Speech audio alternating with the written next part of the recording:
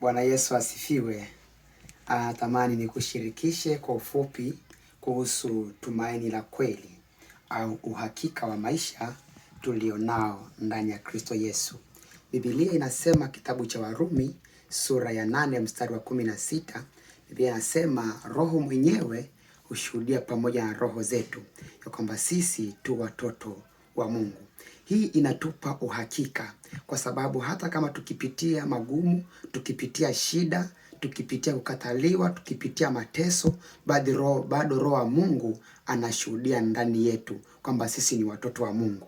Kwa hiyo uhakika wa maisha yetu hautegemei wingi wa mali tulionao, hautegemei kwa sababu tuna afya njema, hautegemei kwa sababu tuna kazi nzuri, unategemea uwepo wa Yesu kwenye maisha yetu.